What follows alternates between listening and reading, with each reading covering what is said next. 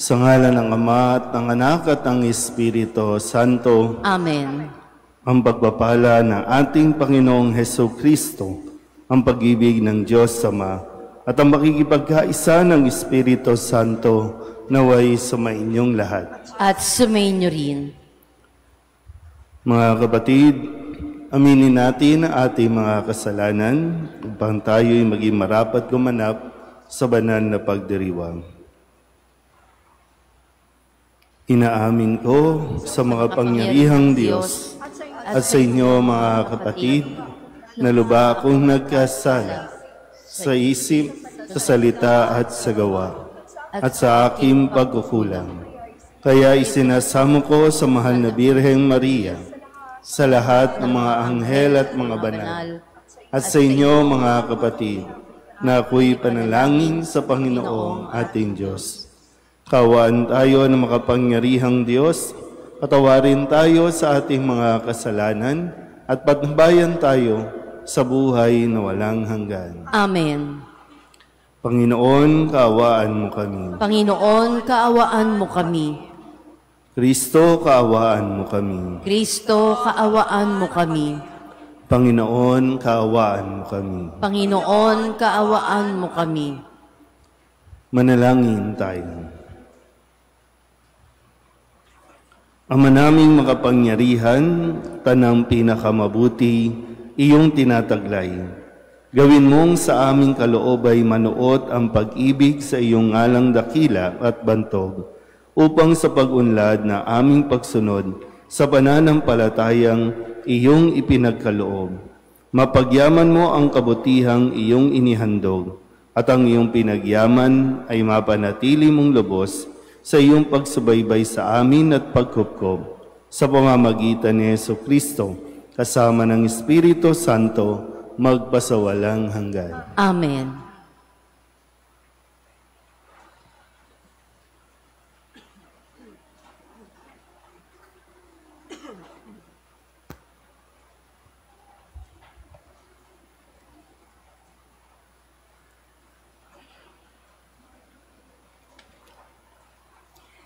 Pagbasa mula sa sulat ni Apostol San Pablo sa mga taga-Kolosas.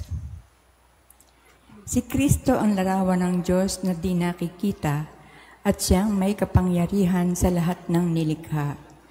Sapagkat ang lahat ng nasa langit at nasa lupa, makikita man o hindi, pati ang mga nagahari at namamahala, mga namumuno at may kapangyarihang espiritual ay pawang nilikha ng Diyos sa pamamagitan niya at para sa Kanya.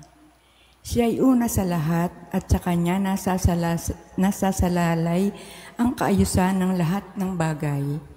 Siya ang ulo ng simbahan na Kanyang katawan.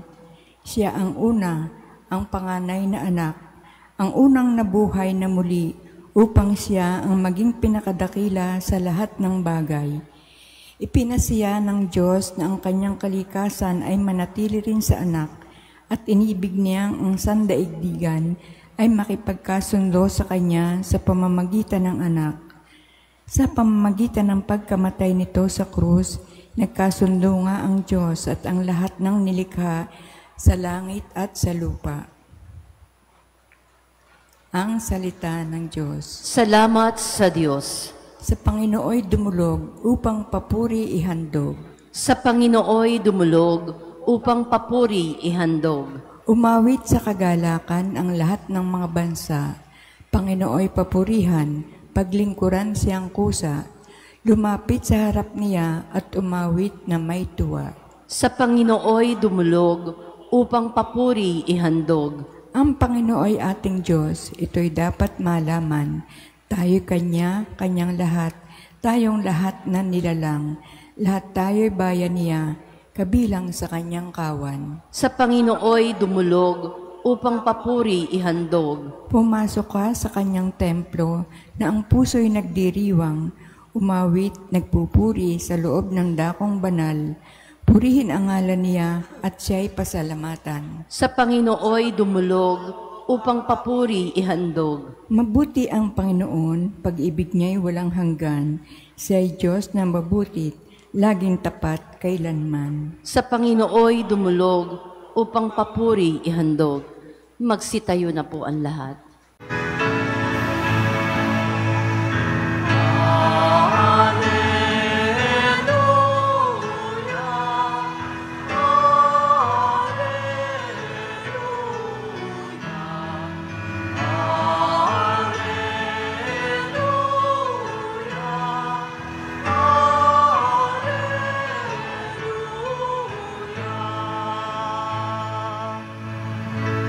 Sa daigdig ay laganap, liwanag na sumisikat, salitang buhay ng lahat.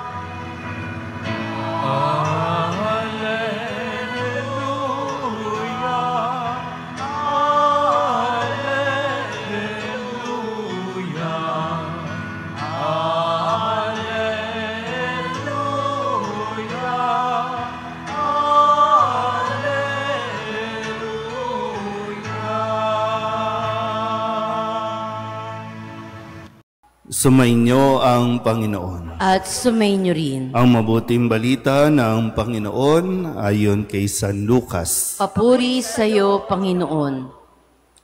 Noong panahong iyon, sinabi ng mga Pariseo at mga Iskriba kay Jesus, ang mga alagad ni Juan ay malimit na mag-ayuno at manalangin. Gayon din ang alagad ng mga Pariseo. Ngunit ang mga alagad mo'y patuloy ng pagkain at pag-inom. Sumagot si Jesus, pag-aayunuhin ba ninyo ang mga panauhin sa kasalan, samantalang kasama pa nila ang lalaking ikinasal? Kapag wala na ang ikinasal, saka pa lamang sila mag-aayuno. Sinabi rin niya sa kanila ang isang talinghaga, walang pumipiraso sa bagong damit upang itagpi sa luma. Kapag ginawa ito, masisira ang bagong damit at ang tagping bago ay hindi babagay sa damit na luma. Wala ring nagsisilid ng bagong alak sa lumang sisidlang balat. Kapag gayon ang ginawa, papuputukin ng bagong alak ang balat. Matatapon ang alak at masisira ang sisidlan. Sa bagong sisidlang balat dapat ilagay ang bagong alak. At walang magkakagustong uminom ng bagong alak kapag nakainom na ng inimbak, sapagkat sasabihin niya, masarap ang inimbak. Ang mabuting balita ng Panginoon. Pinupuri ka namin, Panginoong Hesukristo. Isang magandang umaga po sa inyong lahat. May pasok ba? Meron. Dito po sa area namin, dito sa Manila, ay kanina pa madaling araw malakas ang ulan. Sana lang ay hindi bumaha dahil hindi naman nag-cancel ng pasok. Dahil gulong-gulo na rin tayo, no? Kapag maganda ang panahon o pag nag-cancel, walang ulan. Pero kapag umuulan, tuloy ang pasok. Talagang naguguluhan tayo kung saan natin ipapasok itong ating mga anunsyo. So gano'n pa man, mas maunawaan din natin, sino nakaranas sa inyong nagtatagpi? Yung pag may butas na yung short, may butas yung pantalon o yung damit. Mga rich kid kayo. Pag butas na, tapon na lang, bili na ng bago. Pero dati, di ba, ganun yung ginagawa sa atin noon. Kapag, para makatipid, di ba, yung tatagpian na lang muna habang wala pang pambili. Pero yung pagtatagpi talaga ay, kumbaga, form of art din. Kailangan gandahan mo din. Kailangan may style din. At ito yung, di ko alam kung naranasan ito ni Jesus noon sa kanyang mga magulang kasi alam niya yung karanasan at alam niya yung pamamaraan na hindi pwedeng yung bago, sisirain mo yung bago para tapalan mo yung luma. Diba? Hindi angkop. At alam ni Jesus yan. At magandang mapagnilayan natin yun, no? Yung sisirain natin yung bago para lamang tapalan yung luma, lalo tuloy nagkakasira-sira. Sounds familiar ba? Uy, bulag-bulagan na naman tayo, no? Pero diba, applicable naman sa atin. Minsan yung karanasan natin, diba? Hindi ko alam kung kayo ba ay bumabiyahe pa. Ayos naman yung kalye, pero sisirain para tapalan. Pagkatapos, lalong sira. So, hanggat hindi talaga natin isinasa puso ang mga aral at salita ni Kristo na siyang sentro ng ating buhay. Kaya nga sa unang pagbasa sa sulat sa mga taga-Kolosas, pinapaalala ni San Pablo na si Kristo ang sentro ng daigdig. Si Kristo at dapat na kay Kristo ang ating pong buhay. Pero yun nga lang, laging tagpi-tagpi lang. Kung saan lang po pwedeng ipasak ang salita ni Kristo, doon lang tayo. Kaya walang mangyayaring maganda sa buhay natin kung ipagpapatuloy natin ang ganitong pag-uugali. Kaya nga, sabi rin ni Kristo, di ba? Kung bago-bago, kung sa luma, naalala ko kanina, no, habang nakaupo po, meron tayong slogan na naririnig, di ba? Sabing, Bagong Pilipinas. Yan. Isa yan sa mga narinig nating slogan, Bagong Pilipinas. Yan lang, wala talagang magiging bago kasi mga luma pa rin yung nandiyan dyan. Walang bagong Pilipinas kung pagnanakaw pa rin yung pamamaraan. Binabago lang yung pangalan, pero yung estilo at yung mga taong kumikilos, ganun pa rin, walang bagong Pilipinas. Pero umaasa tayo na sana magkaroon ng pagbabago sa buhay natin.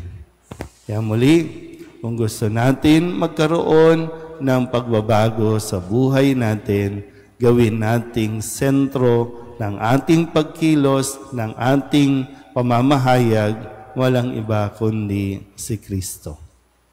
Amen?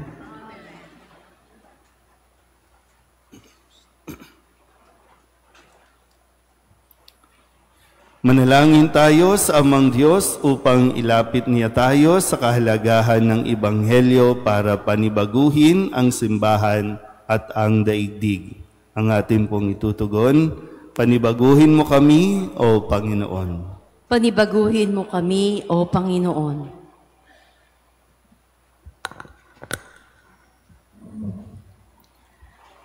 Ang simbahan, ang bayan ng Diyos at mga pinuno nito, naway sundin ang pag-akay ng Espiritu Santo upang ipahayag sa mga tao ngayon ang walang kupas na wika ng Ebanghelyo. Manalangin tayo sa Panginoon. Panibaguhin mo kami, O Panginoon. Ang ating mga puso, naway ating buksan sa pagligtas na kapangyarihan ng Diyos na higit na mahalaga kaysa mga panlabas na gawain ng pagpapakabanal. Manalangin tayo sa Panginoon. Panibaguhin mo kami, O Panginoon. At tinawang mapagtanto na laging makapangyayari ang himala ng pagbabago sa lahat ng humihingi ng tulong ni Kristo na makamtan nito. Manalangin tayo sa Panginoon. Panibaguhin mo kami, O Panginoon. Sa mga may sakit, naway magindaan tayo ng mga pagpagaling na kamay ng pagmamalasakit ni Kristo sa pamamagitan ng pagbibigay natin ng pagmamahal at kalinga sa kanila. Manalangin tayo sa Panginoon. Panibaguhin mo kami, O Panginoon. Ang mga yumao, naway makatagpo ng walang hanggang kapahingahan sa piling ni Kristo. Manalangin tayo sa Panginoon. Panibaguhin mo kami, O Panginoon. Idulog din natin sa Panginoon ang ating mga personal na kahilingan at mga panalangin para sa ating mga pamilya. Kasama din ang mga kahilingan ng mga nanonood sa online. Lahat ng mga misang pasasalamat, espesyal na intensyon, agarang paggaling ng mga may sakit, at ang lahat ng mga kaluluwa na iniling na ipagdasal sa misang ito.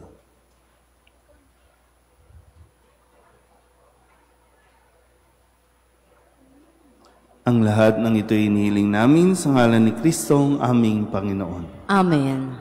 Kunin at tanggapin ang alay na ito, mga biyayang nagmula sa pagpapala mo. Tanda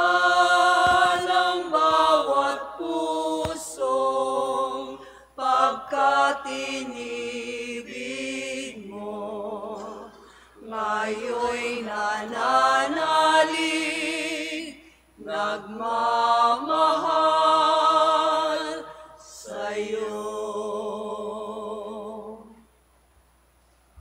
Manalangin kayo mga kapatid upang paghahain natin ay kalugdan ng Diyos Amang makapangyarihan. Tanggapin nawa ng Panginoon itong paghahain sa iyong mga kamay, sa kapurihan niya at karangalan, sa ating kapakinabangan at sa buong sambayanan niyang banal.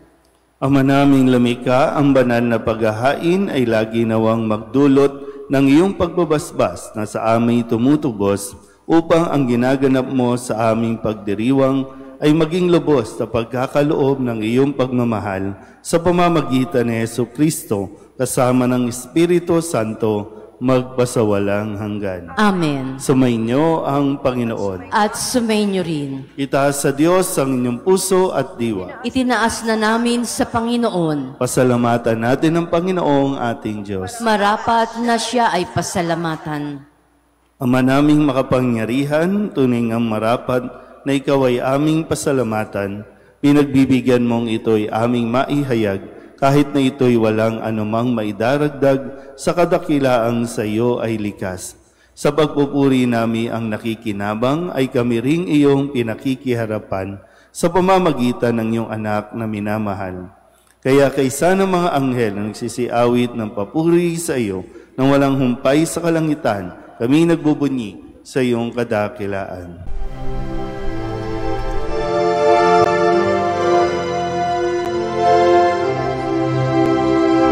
Santo, Santo, Santo, Panginoong Diyos makapangyarihan, napupuno ang langit at lupa ng kalwalhatian mo. Hosana sa kaitaasan, pinagpalang na paririto sa ngalan ng Panginoon. Hosana sa kaitaasan.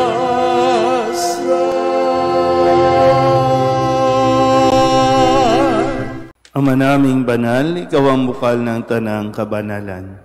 Kaya't sa pamamagitan ng iyong Espiritu, gawin mong banal ang kaloob na ito upang para sa aming maging katawan at dugo ng aming Panginoong Jesucristo. Bago niya pinagtisang kusang loob na maging handog, hinawakan niya ang tinapay, inasalamatan kaniya, pinaghati-hati niya iyon, iniabot sa kanyang mga alagad at sinabi, "Tanggapin ninyong lahat ito at kanin, ito ang aking katawan na ihahandog para sa inyo."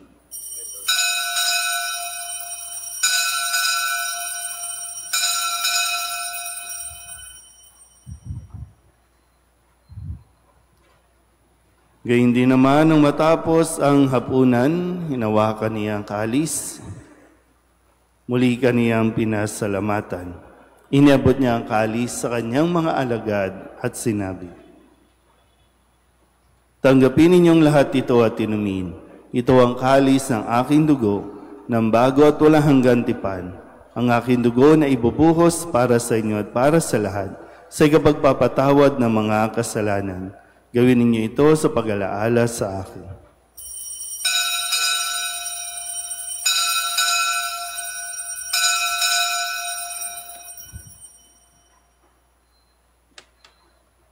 Ipagbunyi natin ang misteryo ng pananampalataya. Si Kristo'y namatay, si Kristo'y nabuhay, si Kristo'y babalik sa wakas ng panahon. Ama, ginagawa namin ngayon ang pag-alaala sa pagkamatay at muling pagkabuhay ng iyong anak. Kaya tiniaalay namin sa iyo ang tinapay na nagbibigay buhay at ang kalis na nagkakaloob ng kaligtasan. Kami napapasalamat dahil kami iyong minarapat na tumayo sa harap mo para maglingkod sa iyo. Isinasamo namin kaming magsasalo-salo sa katawan at dugo ni Kristo ay mabuklod sa pagkakaisa sa pamamagitan ng Espiritu Santo. Ama, lingapin mo ang iyong simbahang laganap sa buong daigdig. Puspusin mo kami sa pag-ibig, kaysa ni Leon na aming Papa at ni Jose na aming Obispo at ng Tanang Kaparian. Alalahanin mo rin ang mga kapatid naming nahimlay na may pag-asang sila'y muling mabubuhay, gayon din ang lahat ng mga pumanaw. Kawaan mo sila at patuloyin sa iyong kaliwanagan. Kawaan mo at paginapating kaming lahat na makasalo sa iyong buhay na walang wakas. Kaysa ng mahal na Birheng Maria na Ina ng Diyos, ng kabiyak ng puso niyang sa San Jose. Kaysa ng mga apostol at ng lahat ng mga banal na namuhay dito sa daigdig ng kalugod-lugod sa iyo, may pagdiwang nawa namin ang papupuri sa ikararangal mo sa pamamagitan ng iyong anak na aming Panginoong Heso Kristo. Sa pamamagitan ni Kristo, kasama niya at sa Kanya, ang lahat ng parangal at papuri ay sa iyo, Diyos amang makapangyarihan, kasama ng Espiritu Santo, magpasawalang hanggan.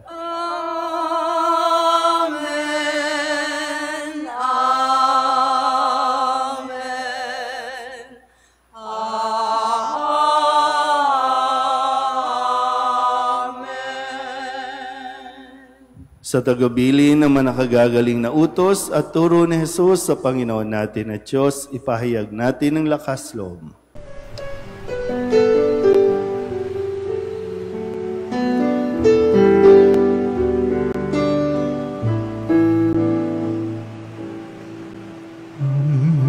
Namin sumasalang ka, sambahin ang ngalan mo,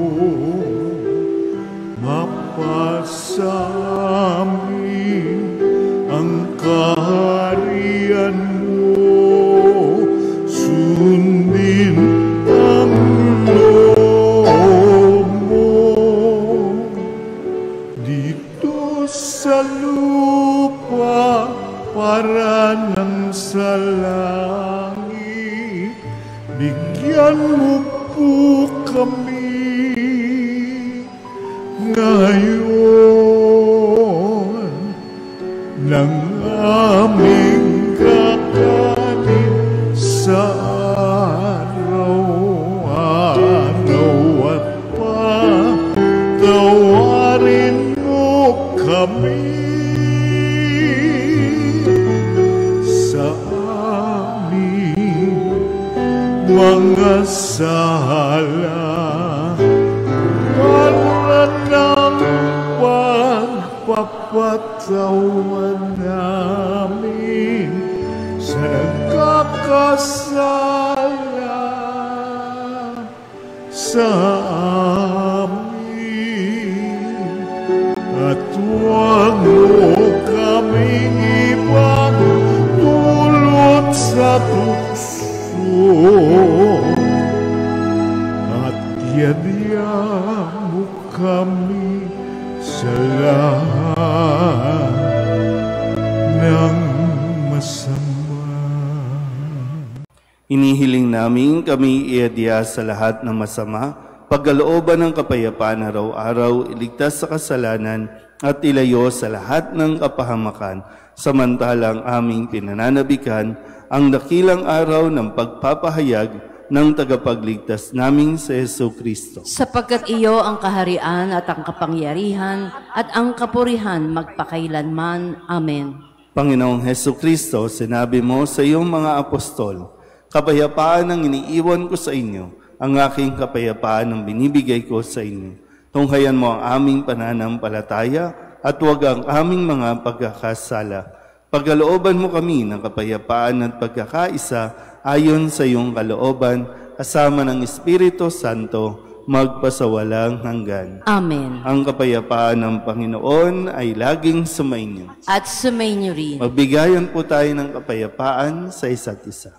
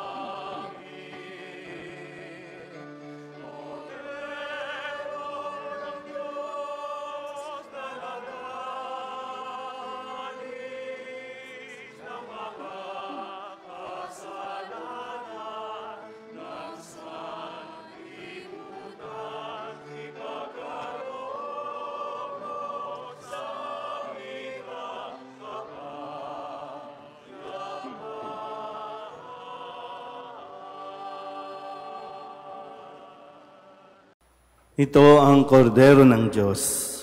Ito ang nag-aalis ng kasalanan ng sanlibutan. Mapalad ang mga inanyayahan sa kanyang piging. Panginoon, hindi ako karapat-dapat na magpatuloy sa iyo, ngunit sa isang salita mo lamang ay gagaling na ako.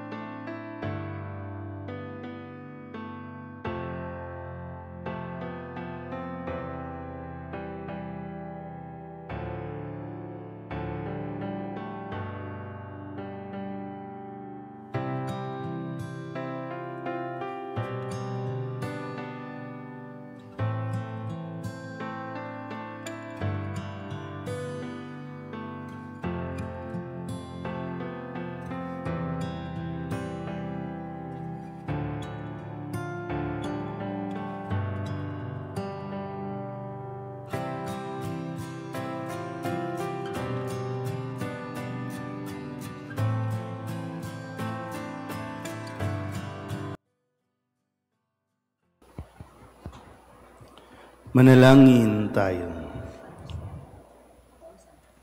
Ama naming mapagmahal, kami nagsalo-salo sa pagkain mong bigay ay humihiling ng lakas mong inilalaan upang ang kagandahang loob namin madagdagan sa paglilingkod namin sa iyong kadakilaan na nagpapaalab sa pag-ibig namin sa kapwa-tao sa pamamagitan ni Jesucristo kasama ng Espiritu Santo magpasawalang hanggan. Amen.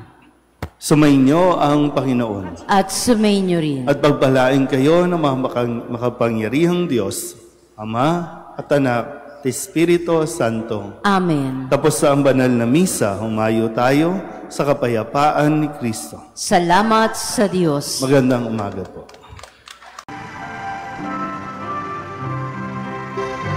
Nuestro Padre Jesus Nazareno, sinasamba ka namin, pinipintungo ka namin, aral mo ang aming buhay at kaligtasan.